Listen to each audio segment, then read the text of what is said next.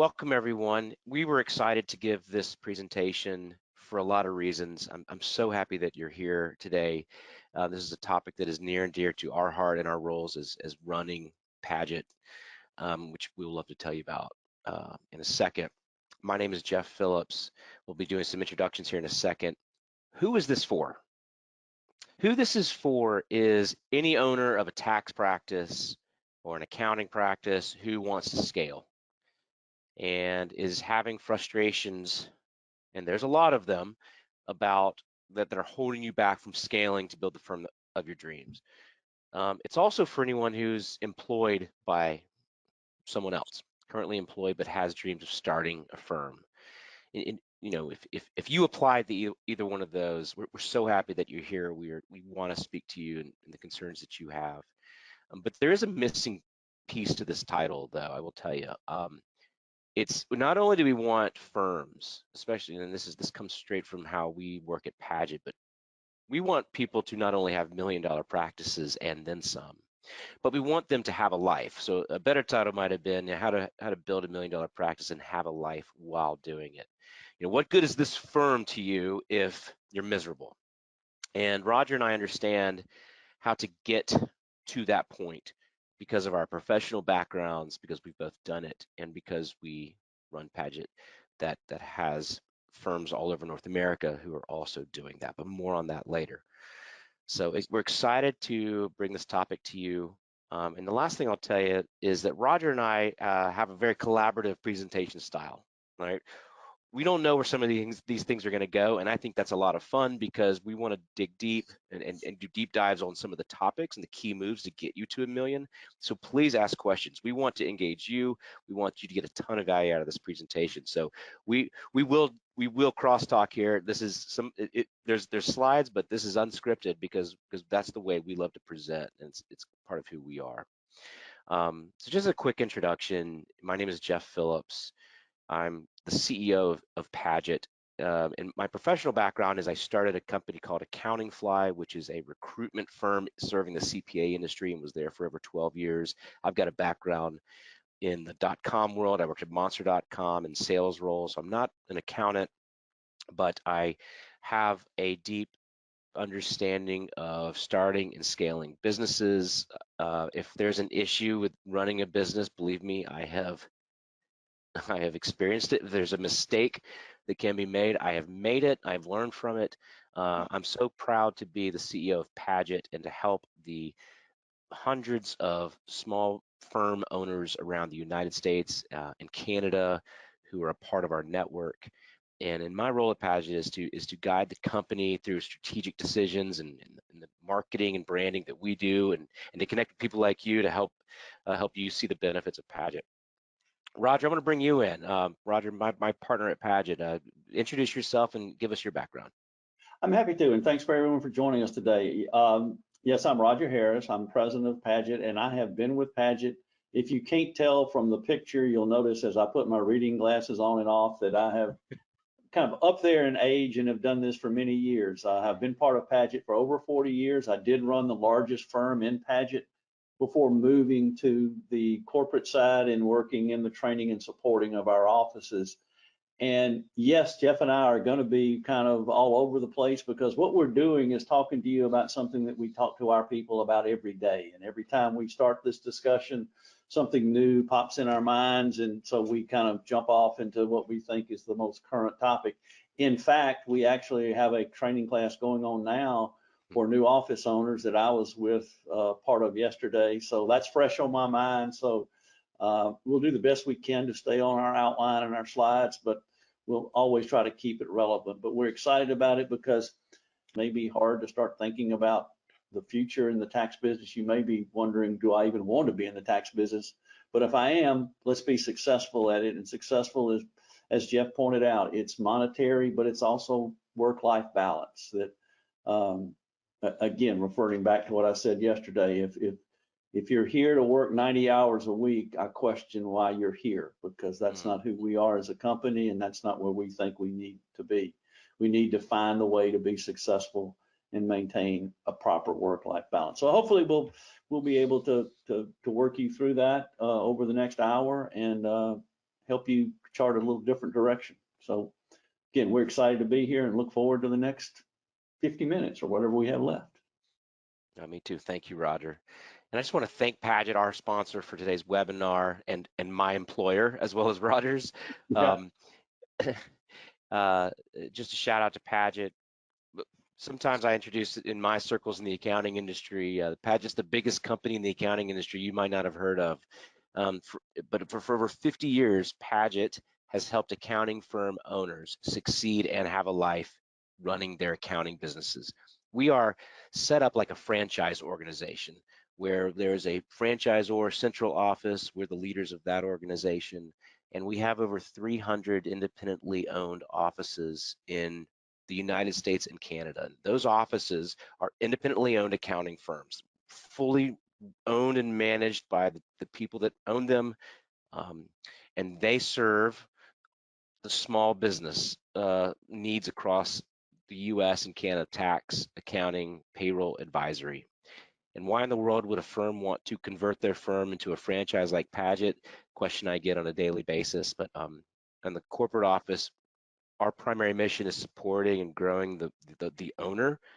Unlike other communities, we have a clear financial interest in the success of our owners, and we provide them with a business model playbook that we do the R&D on, and we coach them and train them on, a technology stack that our team evaluates constantly and updates and trains and supports on, so you don't have to make technology decisions. How much noise is there out there in that industry right now?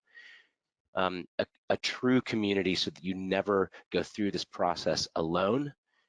We have a world-class tax support center that I would put up against any Big Four, whose job it is to solve your clients' problems so that you can focus on those relationships. We have a large tax organization whose sole role is just to support you in that tax. And we have a marketing support by an amazing marketing organization. They take so much of the marketing decision-making and actions just out of our owners' hands, so that what's left is you're building a firm, you're making the key strategic decisions and building relationships with your clients. So a lot of what this topic is and what we talk about today has to do with what we've learned through all of that. We want to spend a few minutes talking about what are the core problems that we see, and that we think the small firm owners are facing on their path to not only having a life but building a large firm, and 6 high-level moves that we think you can make in 2022 and 2023 to move you along that path. And then, after that, it's, hey, by the way, now that you've laid this foundation, you can market. This really isn't a marketing presentation so much as it is what are the key moves you can make around the firm to prepare it to move. So we'll talk about some of the things that we've seen recurring that might be useful to you, and we'll do some Q&A. There's gonna be 3 more polling questions as well, and that's it. So let's dig in. Roger, what's the problem when it comes to owning a firm? Let's start having our conversation about what are the consistent challenges we see owners facing when they're trying to reach their goals. Yeah, and I think you referenced the fact that I think a lot of people, if you ask that question, and what's it take for you to get to $1 million firm, most people would tend to jump into marketing or finding ways to attract revenue into your business. But one of the things that we've recognized in Padgett is there's plenty of business out there. And really, it's more important that you are structured for success before you try to go out and bring in this new revenue, because there are plenty of ways that we're still fortunate in this, even in this post-pandemic world, maybe even more so, to be valued in such a way that there's plenty of people who need what we do. So really, we don't think that's the first problem. It's more about building your infrastructure and your firm and setting the rules and doing all the other things that put you in position to experience success than wondering about how to go get the clients. And so, one of the things that I've mentioned, I've done this for a long time. I'll further date myself by I can go far enough back to remember doing a tax return by hand, which questions my intelligence and why I stayed in the profession. but I go that far back. So technology really wasn't a factor when I started in this company. And yet we fast forward to where we are today and we have all kinds of technology. And yet when I look around at firms, I see them working as much or more than we did before technology. So it raises the question, what are we doing wrong? Why have we not benefited from all of the technology that we have at our fingertips and actually working less? Because Mm. to go back to something that we said earlier, and I think Jeff will back me up on this, just having $1 million, if it means you have to, your family has to sacrifice, or you and your employees have to sacrifice working 80 and 90 hour weeks, I question whether that's really where we want to go. So part of what we want to do is make sure we talk about how to get you to that $1 million, but do it in such a way that your family doesn't suffer and you don't suffer. And it's very doable. We have and I think we're going to share a couple of success stories with you today of people who have done it. But we want to talk about all the issues that are, I believe, as if not more important than the ability to acquire clients and solve those problems. And then we'll get to the issue of marketing, because uh, that's really, I think, one of the easier parts to deal with. So, so what you're saying is it's we're not going to race everyone and invest and dump a bunch of money into marketing today to get up to $1 million if the foundation is not effective, and Right. that's one of the leading problems. Because you might not like where you are if that's all you do. If you haven't solved the infrastructure and the set some rules that we'll talk about, then the success might overwhelm you or come at a cost you're not willing to pay. But what about all the technology that's out there, Roger? I thought that was going to solve all of our collective problems in running our firms. Well, I think what it did is it gave us the opportunity to solve those problems, but I think what we did is we continued to take the benefits of technology, but then somehow just expand the workday. I think, first of all, our culture to some extent is it's a badge of honor to brag about how many hours you work, as opposed to saying I can be as successful as you can and work half the time. So somehow we let this technology either expand our work into more and more places. I think it made it seem simpler, and we didn't set rules for clients that maybe we should have set because we thought technology would solve it.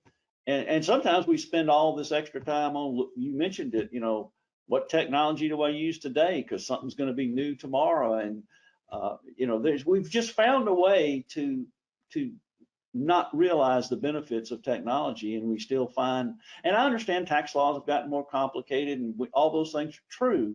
But still, if you think about the technology we have at our fingertips, why are we still working long hours? I think we have to look at ourselves and our systems and our practices to understand why we're not getting the full benefit of technology, because adding more doesn't seem to save us any time.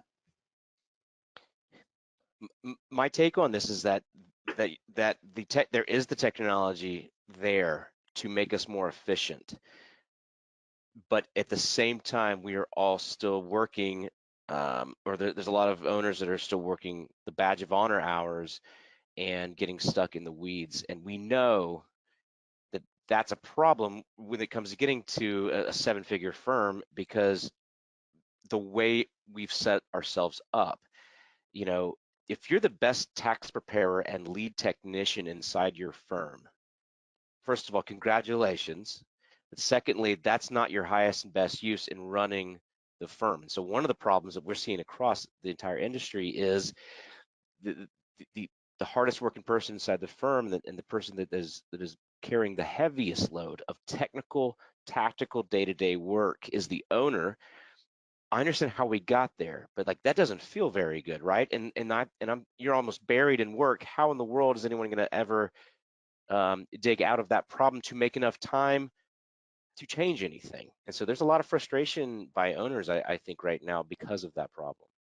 Oh, I agree. And I know we're going to talk a little bit about becoming the CEO of your firm. And I reflect back to, I had the privilege of actually working for a period of time at the tail end of his career and the beginning of mine for Walter Padgett, who built a big firm, and yet it took me a while to realize I never saw him do a tax return.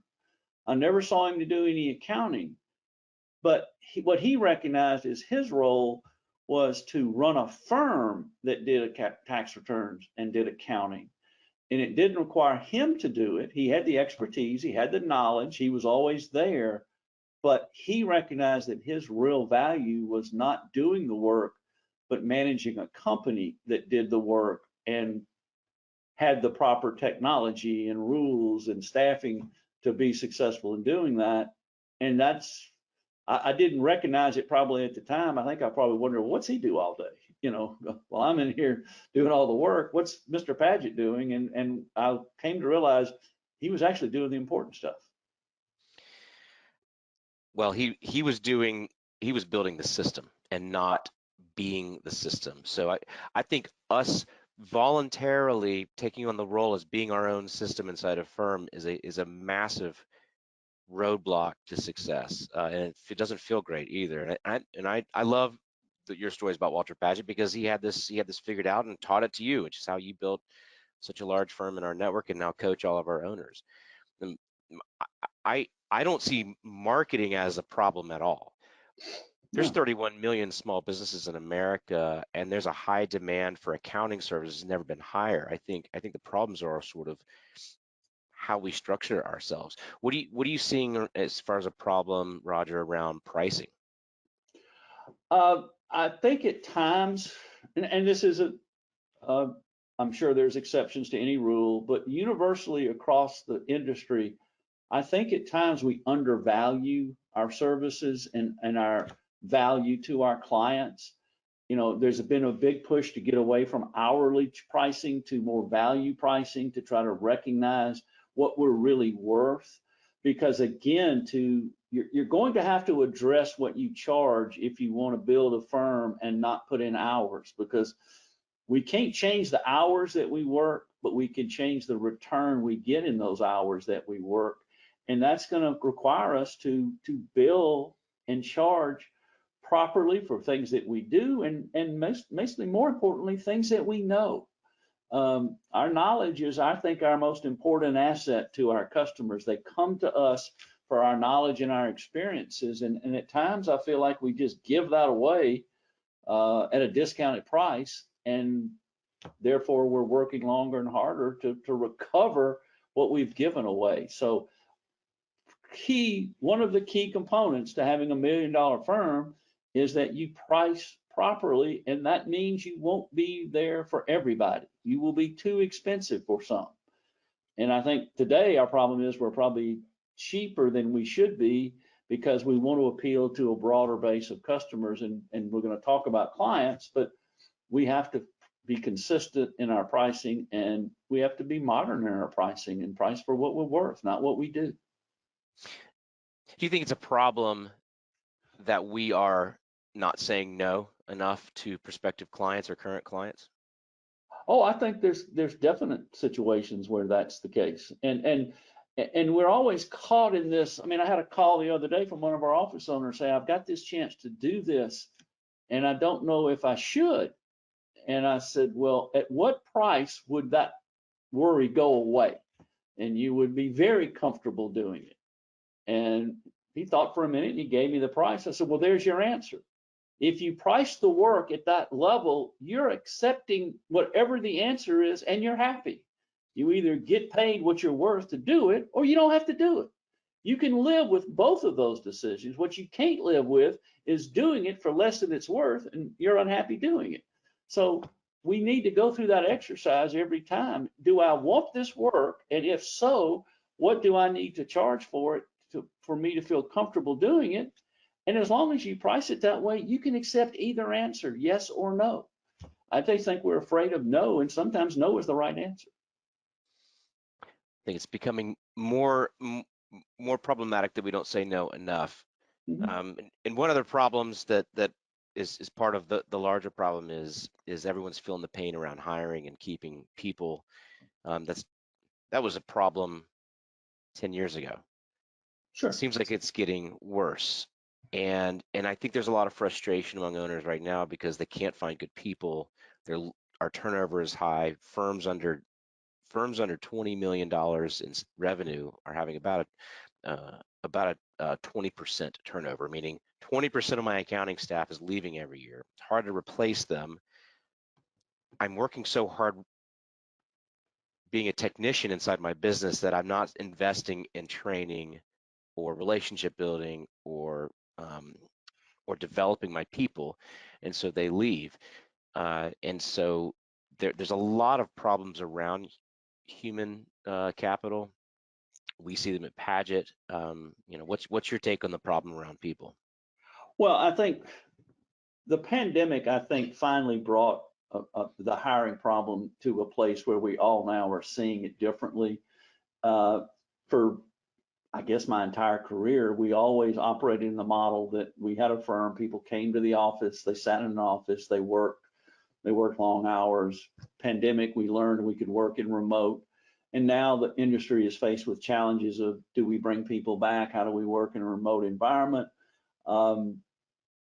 We have to be different to recruit talent now than we were 5 years ago. And I think that's the challenge that some of us deal with, is that we like the old ways, and yet the people we need to hire don't like the old ways. They're not coming back in an office. They're not going to put in 90 hours a week. I will, for those of you that are subscribers to Accounting Today, Dan Hood has got a great series going on of the 20 ways to build a new firm in today's workforce. And he has a new tip every day. And every day it's something about making your place of business more attractive to today's worker. So we're going to have to be more flexible, and it works perfectly. I mean, you think about it, we want $1 million firm who's not working 90 hours a week. How do you expect to hire somebody to work in a firm to work 90 hours a week? Right. And by the way, I'm going to force you to dress my way and come to my office and sit in these four walls.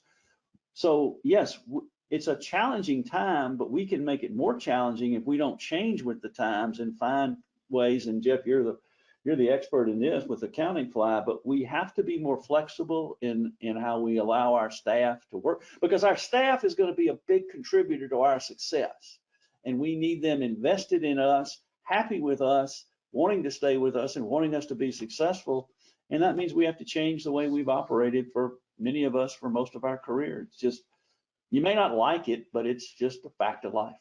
Can you build $1 million firm by yourself? Maybe if you sacrificed everything other than a couple of hours of sleep a day, you could pull it off, but it wouldn't be pretty. But why would you want to do that? There are good, talented people out there, and yeah, they cost more, and yes, they want to work differently and all those things. But that's why prices have to change. That's why other things have to change. That if your employees cost more, your services must cost more. So building $1 million firm with a work-life balance is like buying a jigsaw puzzle. All the pieces have to fit. If you leave a few pieces out, you don't know what the picture is. So there's no picture or no piece of the puzzle that's not important. So we want to focus on technology because that's simple. Let me go get this new app and everything will be fine. Let me do this. It's a puzzle. We've got a lot of pieces that all have to fit. Employees are a bigger piece of that. There's more pieces of the puzzle that are employee related than a lot of others, and we just got to be flexible and go work with them. We want to talk about 6 key moves that we've learned that are essential building blocks to build and to scale up to 7 figures before you invest any money in a marketing and sales campaign. And I think that you want to have the system that is able to capture business and to, claim a profit on delivering the services while keeping your work-life balance.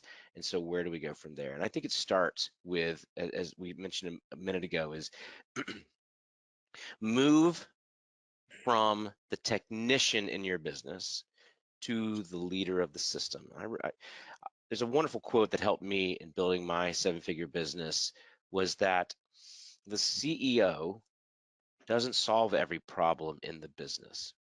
They build the systems that solve the problem in the business. And when we talk about this with smaller firms, we usually get the feedback of saying, I don't have time. And you're right, the way you're set up, you don't have time.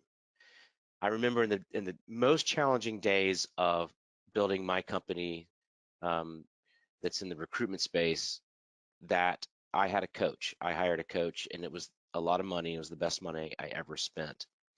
And one of the things that coach made me do when I was here, I was at this point of not wanting to see this information, but knowing that it was the right answer, but sort of being skeptical and saying, okay, smart guy, how am I going to do this? Well, my coach said, we have a new rule. What time do you get to work? I said, I drop the kids off at 7:40. I'm get a cup of coffee and I'm at my desk at about 8. He said, okay, for the next year, 8 to 9 is your golden hour. And you're not allowed to work in the business. You're not allowed to respond to emails. You're not allowed to look at your phone. This is where you're going to work on projects that build the systems, that solve the problems.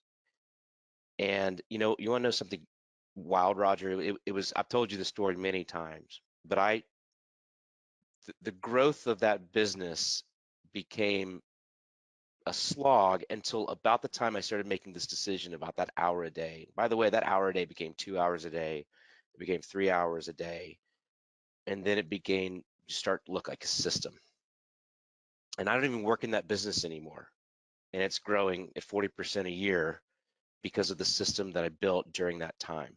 So the first key move is look at yourself and say, not can I afford to spare the time to behave like the leader of the system, the orchestra conductor, but rather how can I afford not to? Is start to put these puzzle pieces together.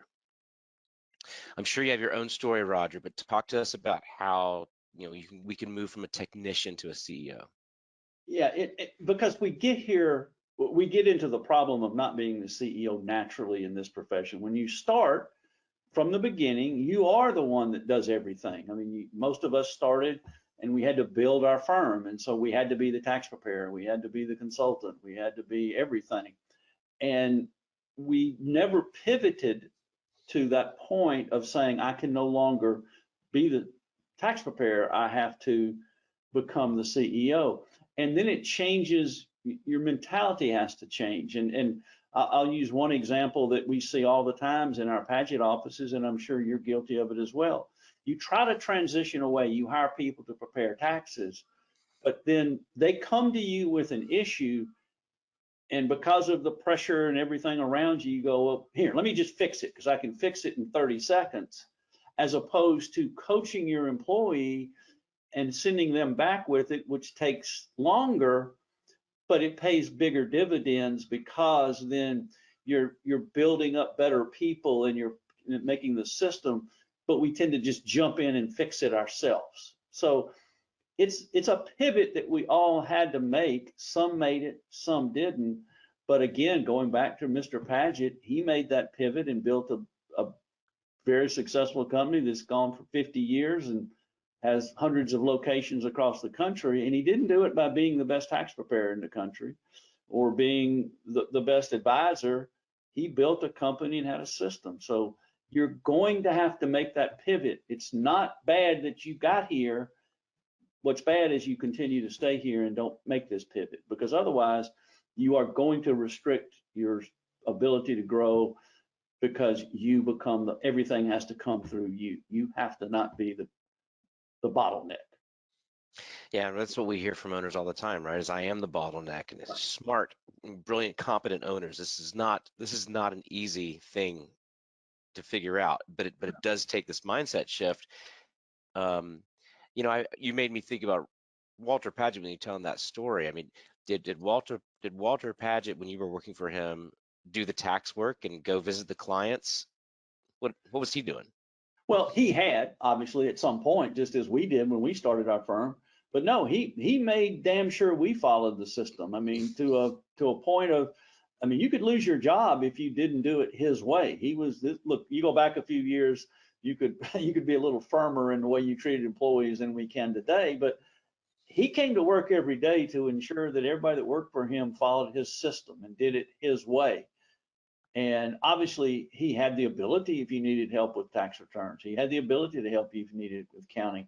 But he knew his job every day was to keep you focused on his system, his pricing. You know, he gave us the guidance. So we talked about saying yes or no to clients. He knew the number that you would say yes in this situation or no in this one. And trust me, you didn't go against his system. I've told people this story many times in my career working for him. I got fired 4 different times. Fortunately, he was nice enough to always give me a way if I came around to his way of thinking to come back. But there was no variation on his system or his terms and his prices. And that's what you have to be that way. I think you can do it in a more polite way, but you have to do that in your firm. And going back to employees, the employees have to have input and buy-in to it because they don't want to feel like they're being dictated to. It's much better if they contributed to the conversation to set the rules and set the system because they know a lot about the clients that you maybe don't know. So this is where, again, I apologize that we're going to ramble on into things because these are just, as we talk about this, more and more things come to mind, but it's so important that you become the CEO of your company. You set the system, you set the rules, and you let other people work within your system besides you. You can be part of it, but you can't be 100% doing the work. If we could recommend a starting point here, like what's the practical takeaways? Carve out time to work on the business. There's plenty of projects, I'm sure, but if you need one to start with, start documenting the processes of your business because it's impossible to hire and have effective teams if they don't know what to do. It also helps you to write down your processes down as well. But take that time to begin working on the business and start climbing up the mountain. The stories of Walter and these kind of rules that he wouldn't break makes me think about our second move, Roger, which is one that's dear to your heart about that is create the rules that you aren't willing to break. And I'd like you to talk about that. Yeah, we all have rules, or we think we do. We all have rules that we set, but we all probably have a rule that says after this date, if you bring your tax information in, bad things happen. And yet our favorite client comes in or something happens and we break the rules. But I guess I didn't realize how impactful this statement was until the first time I shared it with someone and I saw the reaction. But I want to ask each of you, what is the rule in your business that under no circumstances you will break? Because I hope what it is, I know what it was for me.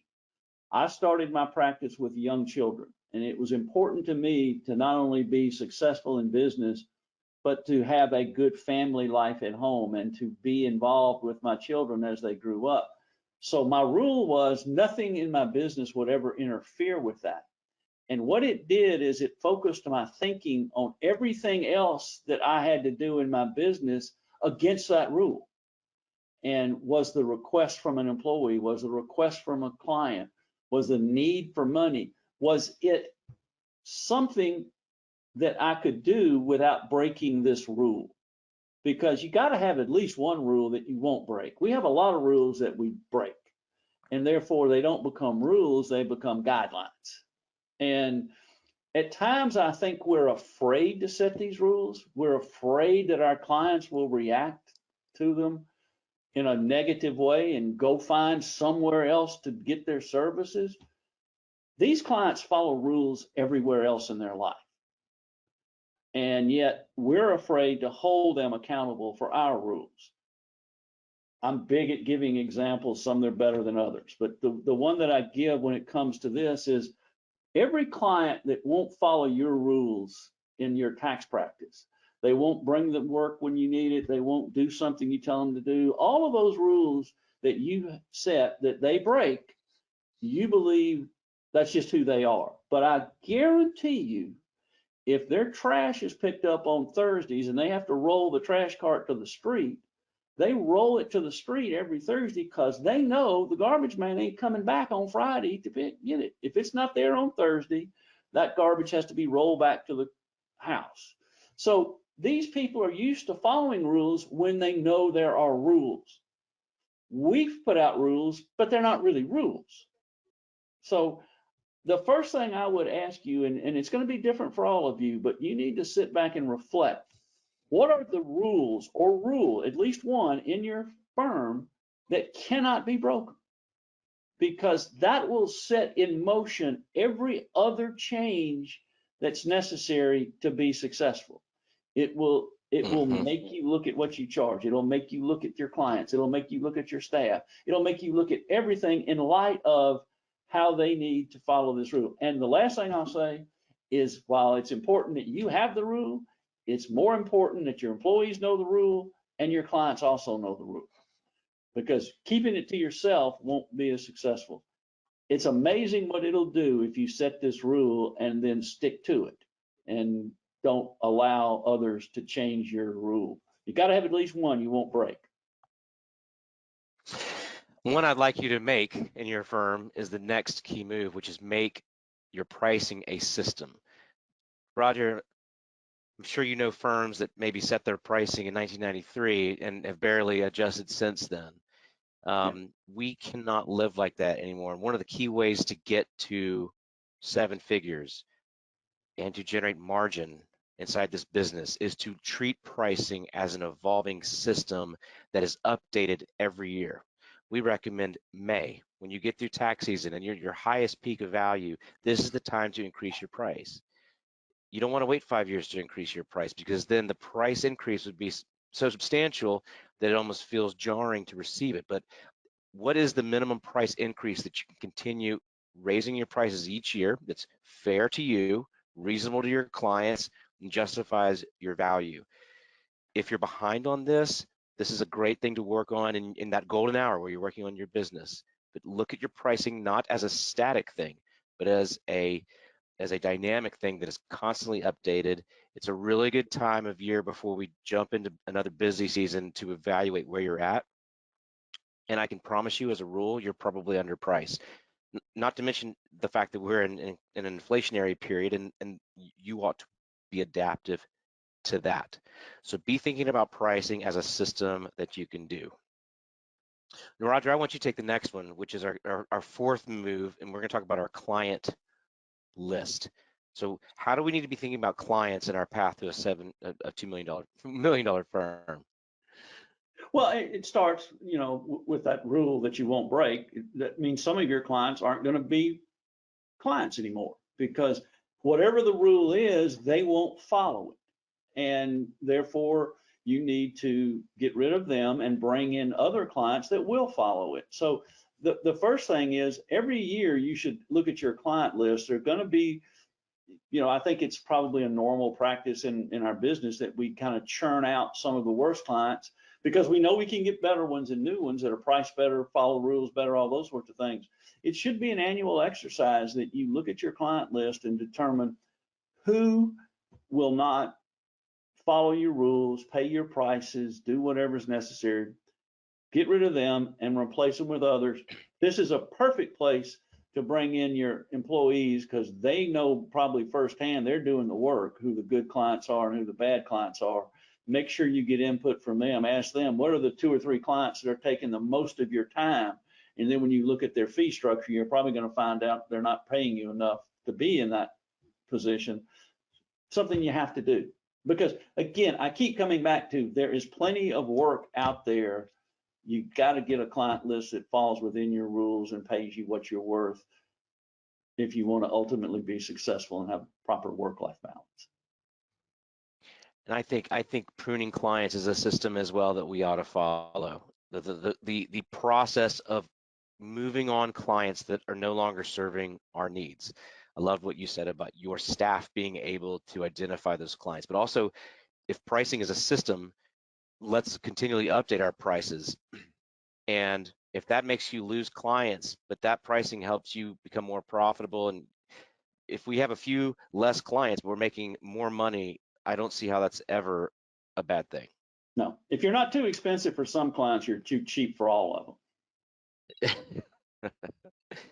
All right, so move 5 is automating with technology. So Roger, you made a great point at the beginning of the presentation, like when there's so much new technology, why aren't we working less? Well, this is where now it makes sense to actually look at technology. What if one of your rules is I'm not working more than 40 hours a week? And we both know successful firm owners and large firms who have that as a rule, truly, to help work-life balance. When you work backwards from there, technology can play an insanely effective role. Mhm. Wasn't that long ago, a lot of firms were driving out to clients, picking up boxes of paper, bringing them into a data entry person who would hand key in work, and we're paying them $15 an hour to hand key work inside an accounting software. Well, with bank feeds, whether you're using, Xero or QuickBooks Online or Thomson Reuters, that eliminates the need for the employees doing the data entry and the trip out to the client that can be used for much more useful things. Use the time you spend building your business, dreaming about your business, designing your business to find ways that technology can solve a specific problem that makes you inefficient. And this is how we can work backwards and make technology work. Any thoughts on that, Roger? Yeah, just select technology that accomplishes part of your goals and fits within the rule you won't break, not just because it's the newest and coolest thing out there. Make sure it's, and again, this is a big thing that we do for our offices because there's so much new stuff that comes out every day. And you can waste all day looking at something. What technology, what problem do I need technology to solve that will work within my goal, and then bring that in? Because if you're not going to benefit from it, why are you doing it? And so, but there's just a lot, and I'm not the tech guy here. You can tell by looking at me that you need somebody to help you monitor this, but it's got to be the right tech to solve a problem, to help you achieve the goals and fall within the rules, not just because it's new and fancy. Last key move after you address technology is optimizing your team. We are absolutely in a tough, challenging spot, but there's also opportunities to replace areas in the firm where you once might have hired. The firm of yesterday may have looked like a may have looked like a pyramid, right, with you at the top and your managers in the middle and the production staff at the bottom. But I want you to think of your organization chart as more like a diamond with you at the top and production, your managers here. But now instead of that bottom layer, there's two replacements. One is you're automating a lot of the routine tasks with technology. And the other side of it is that you're hiring people sort of in and out in the company. They might be offshore in the Philippines. They might be remote tax prep staff here in the United States who might just work for a project or work offshore.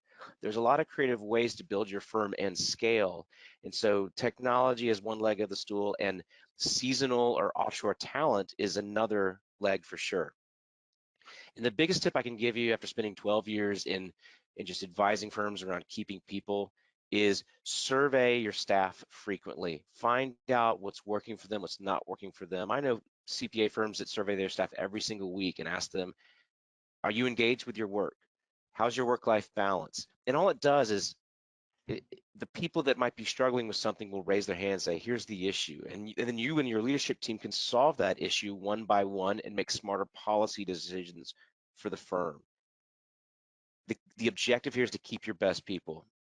And the best way to do that is to survey them, but constantly be finding ways you can get the work done while being flexible. So Roger, these are our six steps. I mean, they start with acting like the CEO, creating the rules that you can't break, update your pricing. That's gonna create a huge flywheel to get to a million. Prune your client list as a system. Continually top grade clients by releasing the bottom tenth, which will always make room for more. Automate your tasks and optimize your team. Now, I'd spend time on decisions of finding about who it is that you want to go after if you haven't already. But are there niche markets that are profitable to you? We have an owner inside Padgett who does nothing but accounting work for billionaires who own racehorses, who do competitive racehorse. And you know what? There's a pretty nice market for Yeah. that. Is there something that you can invest in? Because the deeper you go, the bigger, the more value you're creating, the more opportunity to create margins there are for you. There's so much opportunity in your existing clients. But you know, it's almost like this is I think everybody knows this stuff. I think there's a lot of thought leadership on how to market and a lot of great services over there. But I think it's important to start there. Wouldn't you agree? Oh yeah, I agree. I think, yeah, understand who you are, understand who you want, understand who your staff can handle, and then turn on the marketing. And I think, Jeff, we want to, all this sounds good in theory, Right. but we have a practical answer, an example of what is possible if you put all these pieces together. Why don't you talk a little bit about that? Because this is the firm we all want. Yeah, I mean, just one of the members of the Padgett network, as we begin to wrap up, is owned by a man in Chicago named Dave Gribben. Dave was a corporate executive in finance with a background in engineering, and owns a firm in Barrington, Illinois. During tax season, Dave lives in Captiva Island in Florida, is where he runs his tax season. He's there with his wife, and they have a life while they're doing tax season. He gets the work done. His firm is fully remote, and we actually have a case study on our franchising page. If the page where you join the to learn more about joining Padgett, you can read more about how Dave has leveraged his growing his firm and learn from Padgett to be able to have the right technology, the right remote operating, the right staff to have the kind of life that he wants during busy season. And he's a role model for all of us. Yeah. And it started going back to that rule he wouldn't break. His wife has a health issue that required them not to be in Chicago winters, so they had to figure out a way to make a business work while working in Florida, and everything worked from that basic rule, and this is where he got. So learn more about Dave at our site when you to become a Padgett franchise. So as we wrap up here, I want to take a word and this will roll into the fourth polling question, which we have 3 minutes. We'll be out in plenty of time. And any questions that we weren't able to get to, we will wrap up and send these as a blog post to everyone in the audience. So please let us know your questions. And I want to also show you our contact information. First of all, thank you so much for being here and for spending this time with us. It's starting a firm and running it and getting it to $1 million is very difficult. I want you to know, though, if you're ever interested in learning how we can help you get there, we would love to have that conversation. We're actively recruiting new members of the Padgett Network, independently owned offices with all of the support that I mentioned earlier. All of these things that we've talked about are part of the Padgett playbook that is given to you in the first 2 weeks of training owning a Padgett franchise. You can convert a firm, the existing firm, and you can start a new firm. We can even help you go out and acquire a new firm to help you get started. But the things I want you to make sure you're clear on is that we offer a robust tax and accounting support that follows our playbook, multiple training events throughout the year, community, so that you're never alone in this, an incredible marketing team, as well as a technology plan so that you don't have to figure these things out.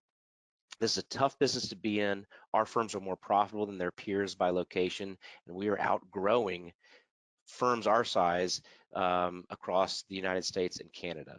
If you'd ever like to just learn about Padgett, which it never hurts to have the conversation, we would welcome that. Roger, thank you for being here and thank you for these fun conversations. I hope everyone on the call got something out of it. Please reach out. Roger, any last words as we're about to close up No, shop thank here? you. Thanks for joining us today. We hope you found this beneficial. We hope that all of you have your puzzle parts, and we'd love to try to help you put them together, make a nice picture of your future. And good luck. It's a challenging business, but it's also a very rewarding one if it's done properly, and we hope we help today.